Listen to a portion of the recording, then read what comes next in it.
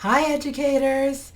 How many of you are interested in teaching your kids and students about thinking outside the box?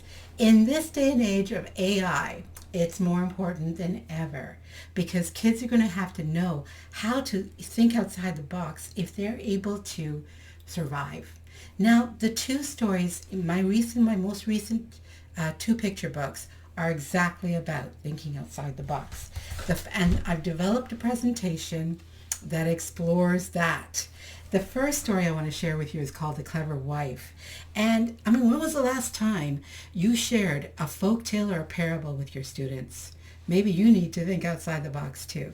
And The Clever Wife is a Kyrgyz folk tale set in Kyrgyzstan, which is a country just south of Russia. And it's a heavily Muslim country, and this story is a beautiful story.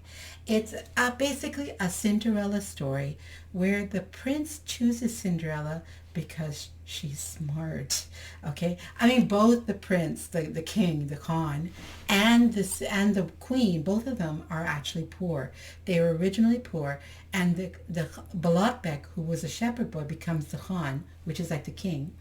And then he chooses Danishman, which means the wise one. He chooses her because she is smart. Like when he goes to choose a queen, he says, I will marry the woman who can answer these three questions. And then he asks three impossible questions. These are not questions you can answer in a literal way. The first question he asks is, what is the distance between the east and the west? The second question is, what is the distance between the earth and the sky? And the third question is, what is the distance between truth and falsehood? Now, Danishman really lives up to her name. She really is the wise one, and she comes out with three answers that are outside the box. Now, and then when things go awry, she has to think again outside the box in order to save their relationship. It's a beautiful story, and it's a story that children need access to in this time and day. Now, the illustrations, I've got to mention the illustrations. It's illustrated by Aisha Gamiat, who is a master in Islamic illumination art. And in fact, she once did she illustrated a book of Rumi poetry for the Queen. She is amazing. Now, the other story that I include in this presentation is also about thinking outside the box, and it's called Elephant's Makeover. Now, this is a book you would call a parable. And again, it's thinking outside the box. Elephant wants friends, and so many kids want friends, and she is gonna make a mistake. In order for students to be able to think outside the box, they're going to have to risk failure.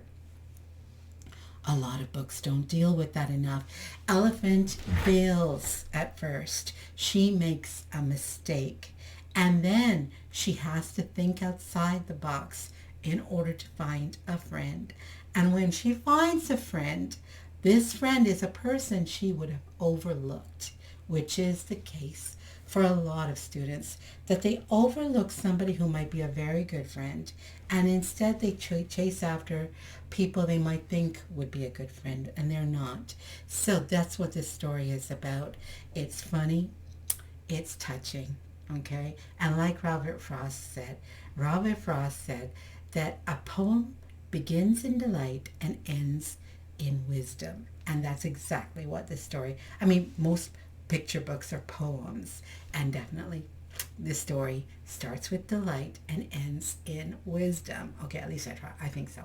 So I highly suggest you book this presentation for your primary students. It will start making them look at the world with a different lens, that they can look and think outside the box. Thank you.